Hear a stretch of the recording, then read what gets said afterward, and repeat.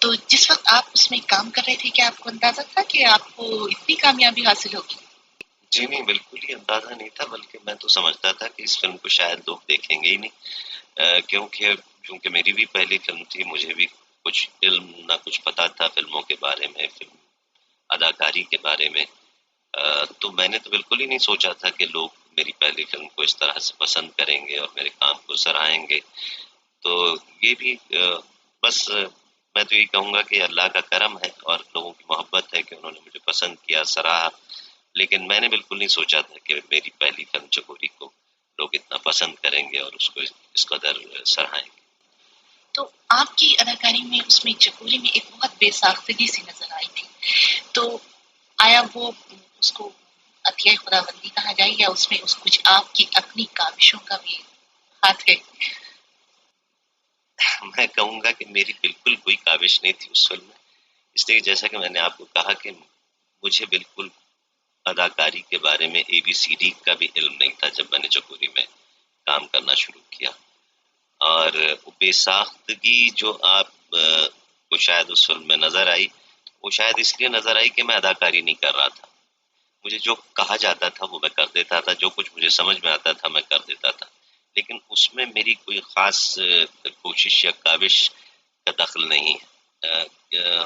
جو میں فیل کرتا تھا کہ یہ سچویشن مجھے دی گئی ہے اور اس میں کس طرح ایک عام انسان ریئیکٹ کرے گا، تو وہی میں کرتا چلا گیا بغیر یہ سوچے سمجھے کہ اچھا کر رہا ہوں یا برا کر رہا ہوں. وہ تو بعد میں جب فلم لگی تو پتہ لگا کہ لوگوں کو پسند بھی آیا، پھر اخباروں میں پڑھ کے مجھے اندازہ ہوا کہ میں نے کام بھی اچھا کیا، جس کا کہ مجھے بالکل علم نہیں تھا جب میں کر رہا تھا.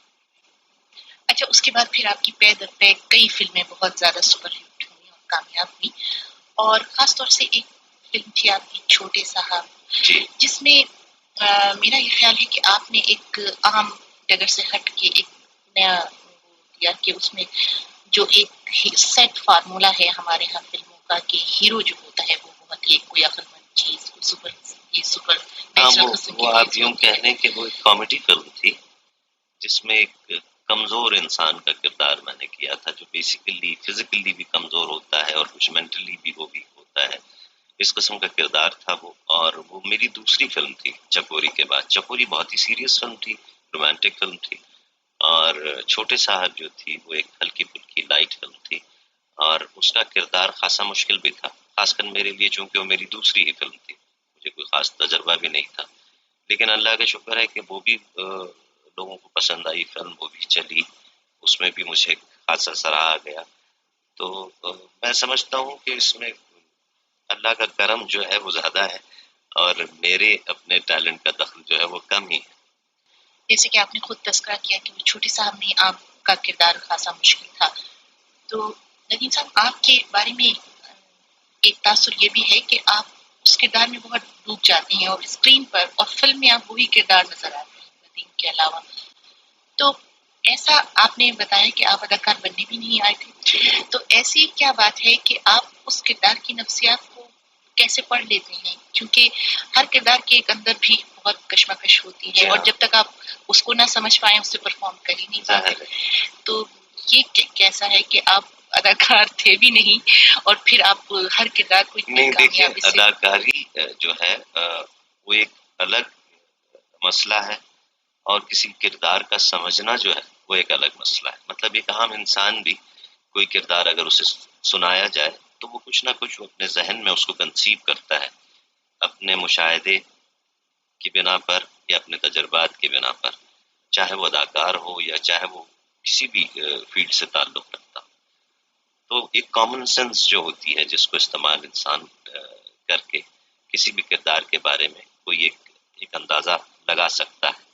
تو یوں سمجھ لیں کہ شروع میں یا پہلی کی فلموں میں خاص کر، اب تو کرتے کرتے شاید تھوڑا بہت کچھ سمجھ میں آنے بھی لگا ہے، وہ بھی پوری طرح نہیں، لیکن اس وقت تو بالکل ہی نہیں آتا تھا. تو میں اپنے صرف ایک اندازے اور ایک مشاہدے کے تحت ان کرداروں کو کرتا تھا. رہا کردار کو سنجیدگی سے کرنے کا تعلق، تو یہ ہے کہ میں سمجھتا ہوں کہ جب تک کوئی بھی اداکار یا کوئی بھی آرٹسٹ جب تک اپنے کام کو سنجیدگی کے ساتھ پوری سوجھ بوجھ کے ساتھ نہیں کرے گا تو اس کے ساتھ انصاف نہیں کر پائے گا.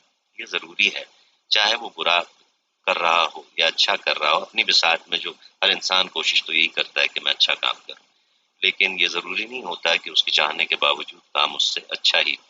لیکن اس میں اس کی اپنی دیانتداری اور کام کے ساتھ اور اس کی ایک لگن اور اس کی سچائی وہ بہت ضروری ہے.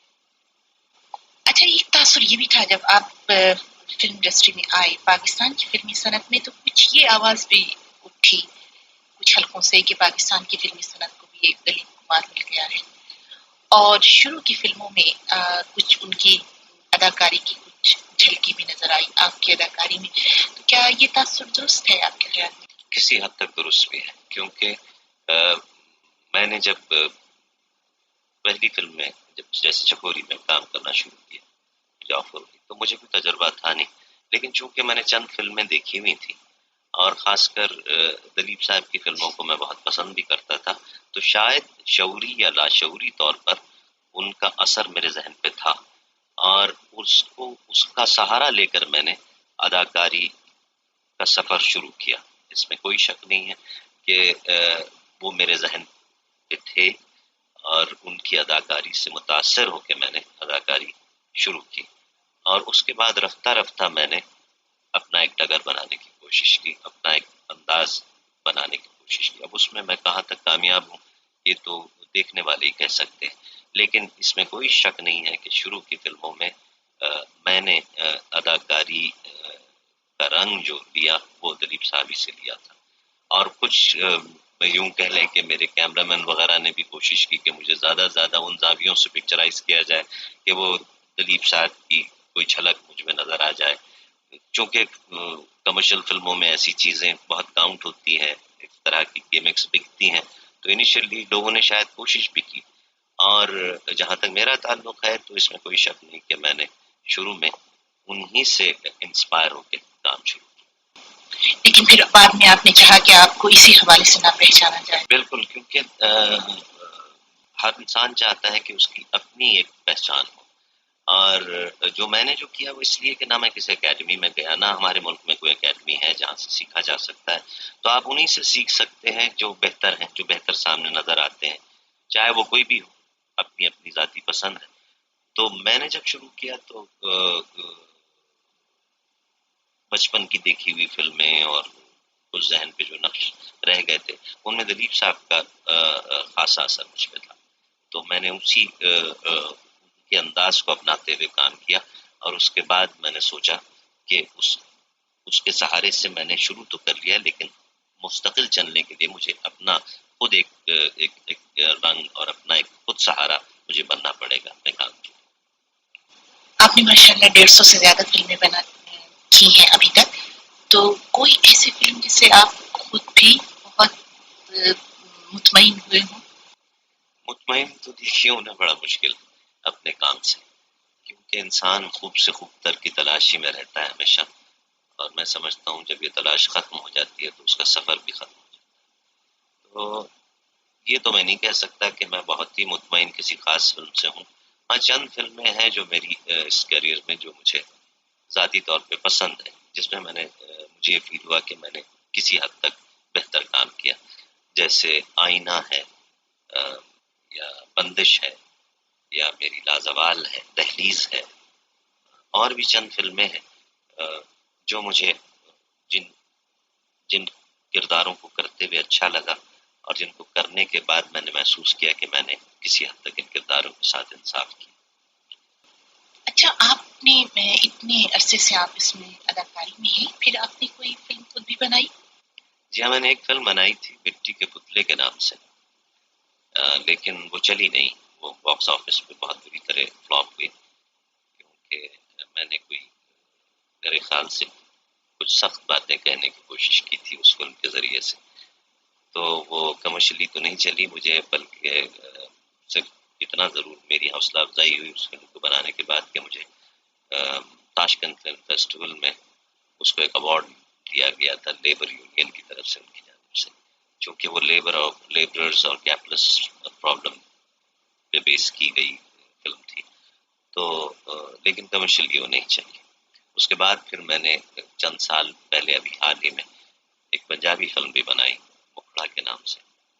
وہ چونکہ بالکل ہی کمرشل تھی اور میوزک بھی اس کا بہتر تھا تو وہ لوگوں کو زیادہ پسند آئی، وہ زیادہ چلی. اور جو ذاتی طور پہ مجھے فلم پسند تھی مٹی کے پتلے وہ اتنی نہیں چلی. اچھا، گویا کہ وہ سیٹ فارمولے سے تھوڑی سی جی الگ ہاں، تھی. وہ ہٹی ہوئی تھی اور مجھے بعد میں اندازہ ہوا کہ میں نے غلطی کی، میں نے وقت سے پہلے وہ فلم بنائی. اچھا، جب آپ نے خود ہی ذکر کیا اس کا کہ کیا وجہ ہے ہم لوگ ہماری فلمی صنعت ایک سیٹ فارمولے سے آگے کیوں نہیں بڑھتی؟ یہ یوں کہہ لیں کہ بدقسمتی ہے ہماری، ہمیں اس سے نکلنا چاہیے. ہماری فلم کے جو پروڈیوسرز اور ڈائریکٹرز اور ڈسٹریبیوٹرز ہیں ان کے ذہن میں یہ بات بیٹھ گئی ہے کہ چلنے والی فلموں کا ایک خاص سیٹ فارمولا ہوتا ہے، جبکہ میں نہیں سمجھتا کہ کوئی فارمولا کسی کامیاب فلم کا کسی کے پاس موجود ہے. کیونکہ فارمولا اگر کسی کے ہاتھ آ جائے تو پھر تو اس کی ہر فلم ہٹ ہونی چاہیے، جبکہ اگر کوئی 10 فلمیں بناتا ہے اسی فارمولے پہ تو مشکل سے ایک فلم چلتی ہے. تو اب ہمیں وقت آ گیا ہے کہ ہمیں سوچنا چاہیے اس فارمولے سے ہٹ کر اور بہتر موضوعات کو بیس کر کے فلمیں بنانی چاہیے. اور ہماری جو فلموں کا جو معیار ہو گیا ہے اسی کمرشلزم کی رٹ میں پھنس کر، تو اس سے ہمیں نکلنا چاہیے. کیونکہ ہر بہتر فلم کمرشل خود بخود ہو جاتی ہے. جب فلم اچھی ہوتی ہے، اگر اچھی بنی ہوئی ہے، اچھا موضوع ہے، اچھا کام کیا گیا ہے تو وہ خود بخود کمرشل ہو جاتی ہے. کمرشل فارمولا ایز سچ کوئی نہیں ہے. میں ذاتی طور پہ یہی فیل کرتا ہوں اور اسی کا شکار بھی ہے ہماری فلم میں، اس فارمولے کا جو کہ ہے ہی نہیں کہیں. اچھا ندیم صاحب، آپ نے پچھلے 25 برس میں بہت کافی فلموں کے ساتھ کام کیا، جی تو آپ کے خیال میں کس کے ساتھ آپ نے بہتر کام کیا اور آپ کے خیال میں کون تھیں جنہوں نے اپنے کردار کو صحیح سمجھ کے کام کیا؟ دو ہیروئنس نے میرے ساتھ زیادہ کام کیا، جس میں شبنم، جن کے ساتھ میں نے بہت زیادہ کام کیا، اور اس کے بعد بابرا شریف. تو شبنم بہت محنتی اداکارہ ہیں، بہت ڈسپلن ایکٹریس ہے، وقت کی پابندی، کام کے ساتھ سنجیدگی اور بہت محنت سے کام کرتی ہے. دوسری طرف بابرا شریف بہت ٹیلنٹڈ ہے اور ایک نیچرل ٹیلنٹ ہے ان میں، لیکن وہ اتنی ڈسپلن نہیں ہے جتنی کہ شبنم ہے.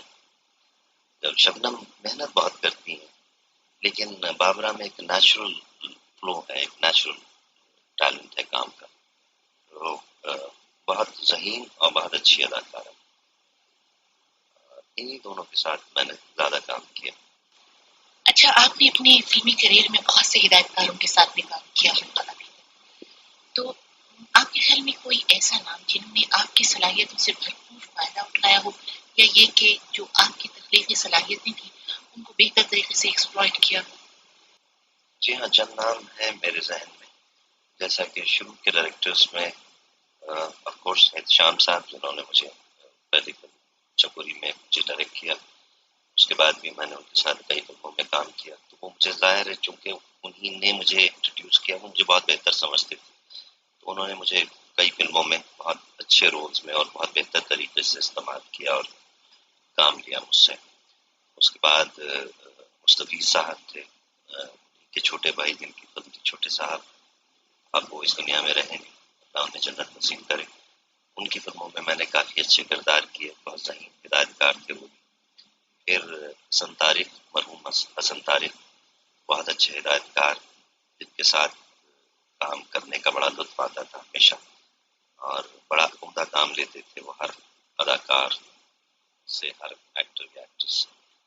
اور اسی طرح بعد میں جن ڈائریکٹرز کے ساتھ کام کیا ان میں جن کے ساتھ مجھے کام کرتے ہوئے جو اینٹیز میں فیل کیا اور مجھ سے جنہوں نے بہتر کام لیا ان میں نام آتے ہیں پرویز ملک کے، نذر اسلام، جاوید فاضل. میں نے کام کرتے ہوئے انجوائے کیا اور جن کے ساتھ بہتر کام کرنے کے مواقع مجھے ملے. اچھا، ایک یہ سوال تھوڑا سا ہے، میں اس کو شاید پہلے کرنا چاہیے تھا، کہ آپ نے آغاز بنگلہ دیش میں کیا، جی اس ہاں، وقت مشرقی وقت پاکستان مشرقی سے. پاکستان سے تو کیا، اور اس کے بعد پھر میں مغربی پاکستان چلا آیا، اور اس کے بعد تب سے لے کر اب تک میں یہیں ہوں، لاہور ہی میں رہتا ہوں. تو لیکن آغاز میں نے ڈھاکہ سے کیا تھا، اس وقت ایسٹ پاکستان، مشرقی پاکستان. تو کیا ڈھاکے میں آپ نے کوئی ریڈیو وغیرہ پر بھی کام کیا؟ نہیں، بالکل نہیں. ریڈیو پہ میں گاتا تھا، وہاں کی ٹیلی ویژن کے لیے بھی میں نے کئی میوزیکل پروگرامز کیے ہیں، لیکن اداکاری میں نے جو کی وہ پہلی بار وہ چکوری ہی میں کی. اداکار کی حیثیت سے میں کبھی کسی اسٹیج پر یا کسی پلے میں کہیں میں نے نہیں کام کیا اس سے. کہ اداکاری ایک بہت مضبوط شعبہ ہوتی ہے فلم کا، لیکن تاثر یہ ہے کہ اگر کہانی اچھی نہ ہو اور ہدایت کاری اچھی نہ ہو تو اداکاری بھی ضائع ہو جاتی ہے.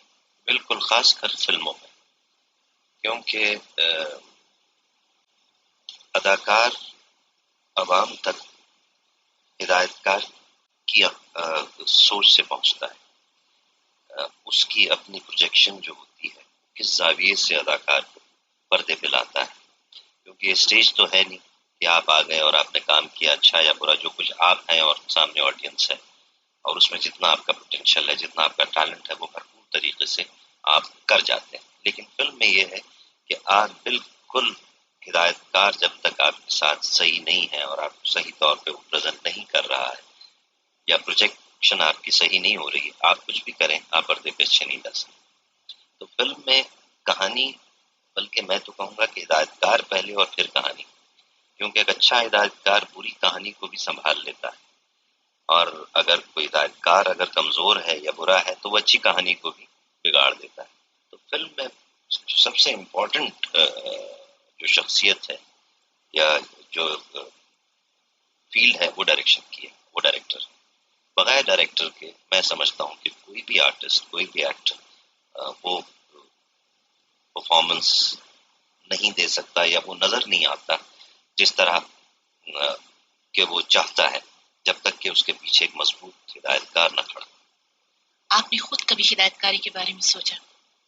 نہیں، ابھی تک تو میں نے کی نہیں ہے، لیکن میرا ارادہ ہے کہ اب کیمرے کے سامنے تو مجھے لوگوں نے کافی برداشت کیا ہے، تو اب میں سوچ رہا ہوں کہ جب یہ تنگ آ جائے تو میں کیمرے کے پیچھے چلا جاؤں اور ہدایت کاری شروع کروں. اب اس میں کہاں تک میں کر پاتا ہوں یا نہیں، یہ تو اللہ ہی جانتا ہے، اور جب وقت آئے گا تبھی پتہ لگے گا. لیکن چونکہ 25 سال زندگی کے میں نے اسی فیلڈ میں لگائے ہیں، تو جو مختلف ہدایت کاروں کے ساتھ مختلف فلموں میں کام کر کے جو کچھ تھوڑا بہت میں نے سیکھا ہے، اس کو میری یہی کوشش ہے کہ اس کو استعمال کرتے ہوئے تمام تجربوں کو میں ہدایت کاری کی طرف. تو کیا آپ نے گلوکاری کو بالکل خیر بات کہہ دیا؟ نہیں، ایسی بات نہیں ہے، گلوکاری ہے شوق مجھے، یوں ہی گنگناتا رہتا ہوں، اور گائے بگائے کبھی کسی نہ کسی فلم میں ایک آدھ گانا گا لیتا ہوں، بلکہ بگاڑتا ہوں گانا، سمجھ لیں. ابھی حال ہی میں میری فلم میں مکمل ہوئی ہے، ابھی ریلیز نہیں ہوئی، خزانہ، اس کے لیے میں نے گانا گایا ہے. اس میں میرا ایک کردار ہے بوڑھے باپ کا، وہ اپنی بچی کے لیے ایک لوری گا رہا ہے، تو وہ لوری میں نے خود گائی ہے اس وقت. آپ کے بارے میں ایک تاثر ہے کہ آپ سوشل قسم کی فلموں میں کام کرتے رہے، جی. لیکن پھر اب دور یہ آیا ایک دونوں کی، صرف پاکستان کی فلمی صنعت ہی نہیں بلکہ ساری دنیا میں بلکہ ساری دنیا میں آیا کہ ایکشن فلموں نے لے لی، وائلنس آ گیا فلموں میں، اور ہیرو جو ایک بڑا سوبر سوفسٹیکیٹڈ سی چیز ہوا کرتا تھا، اب اس کے ہاتھ میں کلیشن کو آ گئے ہیں. تو آپ اس میں کیسا محسوس کرتے ہیں؟ میں بہت سچی بات تو یہ ہے کہ میں بہت انیزی فیل کرتا ہوں اس قسم کے کرداروں میں، جہاں بہت مار دھاڑ. لیکن چونکہ یہ مسئلہ آ جاتا ہے سروائیول کا، تو اگر یہ جنگ میں نہیں لڑتا اور یہ ڈنڈا یا کلاشنکوف ہاتھ میں نہیں لیتا تو شاید میں اب تک نہیں رہتا، انڈسٹری میں نکل چکا ہوتا. تو حالات کا مقابلہ کرنے کے لیے میں نے سمجھوتا تو کیا، لیکن اس سے میں خوش نہیں ہوں، کیونکہ میں بیسیکلی چاہتا ہوں سوشل فلموں میں کام کرنا، چونکہ میری شروعات ہی سوشل فلم سے ہوئی ہے، اور میرا ٹیمپرامنٹ بھی چونکہ ویسی ہی فلموں کے لیے ہے ذاتی طور پہ. تو یہ مار دھاڑ نہ میرا ذہن قبول کرتا ہے نہ مجھے پسند ہے، لیکن مجبوراً مجھے کرنا پڑا. بلکہ میں آپ کو یہ یوں ہی ایک بات کہہ دوں کہ پہلے ہمارے حصے میں لڑکیاں آتی تھیں، اب اب لکڑیاں آتی ہیں مار دھاڑ کے لیے. تو یہ تبدیلی آئی ہے، لیکن یہ خوشگوار تبدیلی نہیں ہے، اس سے تکلیف ہوتی ہے.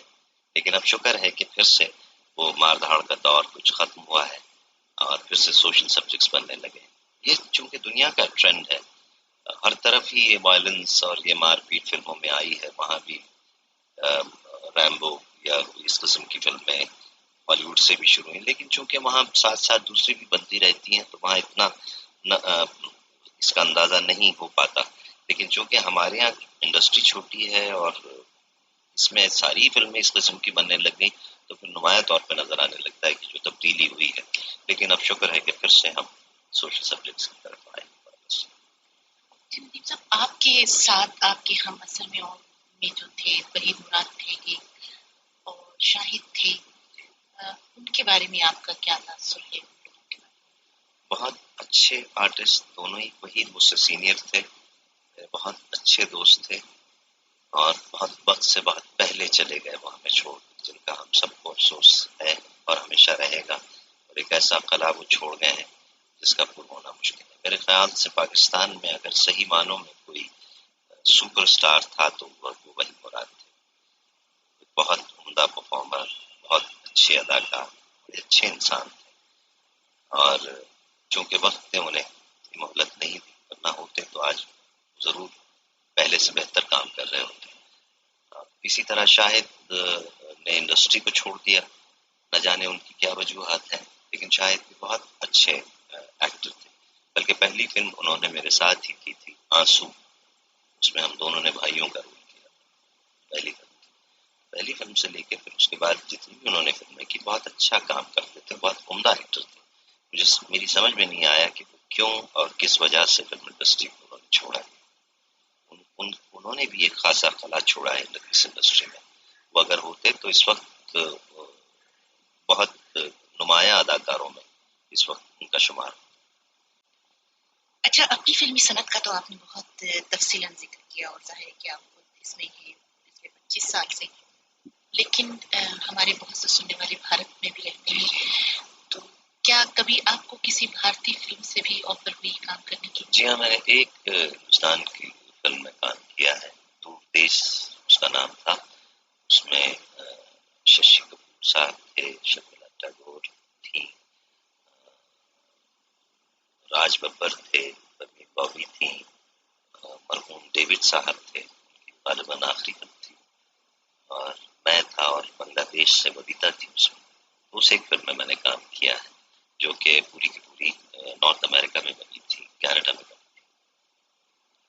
تو بھارتی فلمی صنعت کے اور بھارتی فلموں کے بارے میں، کیونکہ ہالی ووڈ کے بعد تو بالی ووڈ کا نام آتا ہے، بامبے کی فلم انڈسٹری کا، تو وہاں کی فلمی صنعت کے بارے میں آپ کا کیا خیال ہے؟ فلموں کے بارے میں ابھی ویور کے لحاظ سے میں کہہ سکتا ہوں، اس لیے کہ میرا اتنا کوئی گہرا تعلق تو اس انڈسٹری سے ہے نہیں. ایک ہی فلم میں نے کام کیا، لیکن اس وقت اس میں کوئی شبہ نہیں ہے کہ ہندوستان کی فلم انڈسٹری بہت بڑی فلم انڈسٹری ہے، بہت بڑی انڈسٹری ہے، بہت بے پناہ فلمیں بن رہی ہیں وہاں پہ. لیکن وہاں بھی میں نے ایک ایز اے ویور جو نوٹ کیا، جو معیار ان کا پہلی فلموں میں تھا یا پہلے ہوا کرتا تھا وہ اب وہاں بھی نظر نہیں آتا ہے. وہاں بھی وہی مار دھاڑ، وہی ڈانس، وہی شور شرابہ. لیکن چند فلمیں جو ان کی اچھی آتی ہیں وہ بہت اچھی، بہت خوبصورت آتی ہیں. لیکن ان فلموں کی بھی وہاں اچھی بہتر فلموں کی کمی ہے. زیادہ تر وہی کمرشلزم کا شکار ہے، وہی ایک فارمولا قسم کی فلمیں وہاں بھی بن رہی ہیں، وہ کہ بہت بن رہی ہیں. اور اس میں کوئی شبہ نہیں کہ یہاں سے ہم سے بہت بڑی انڈسٹری ہے ان کی. لیکن کام ان کا جتنا نمبر آف پروڈکشن تو بڑھ گئی ہے، لیکن فلموں کی کوالٹی اس قدر نہیں بڑھی جتنا کہ بڑھنی چاہیے تھی. جن وسائل کے ساتھ وہ کام کرتے ہیں اور جتنی مہارت ان کو حاصل ہے، ان حالات میں میں سمجھتا ہوں کہ انہیں جو کچھ وہ کر رہے ہیں اس سے بہت زیادہ بہتر کام کرنا چاہیے. بہتر کام ہوتا ہے وہاں، لیکن وہ بھی کم ہے. مطلب ہمارے یہاں جتنا کم ہے اس سے قدرے وہ بہتر ہے. لیکن میں کہوں گا کہ جتنی بری ہم کمرشل خاص کر فلمیں جتنی بری ہم بنا رہے ہیں، میرا جہاں تک خیال ہے کہ اتنی بری وہاں بھی بن رہی. اچھی فلمیں کم بن رہی، اچھی فلمیں جو ان کی ہوتی ہیں وہ بہت اچھی ہوتی ہیں، لیکن وہاں کی انڈسٹری بھی اسی کمرشلزم کا شکار ہے۔ بس آخری سوال یہ کہ آپ اس طویل سفر میں کبھی جب پیچھے کی طرف دیکھتے ہیں تو آپ کو کیا محسوس ہوتا ہے؟ تو اچھا ہی رہا، اس میں میں نے میرے خیال سے پایا ہی ہے، بہت کچھ پایا ہے، ہر لحاظ سے پایا ہے، لوگوں کی محبتیں پائی ہیں، دعائیں پائی ہیں، نام پایا، مقام پایا ہے۔ آپ کی رائے کا انتظار رہے گا۔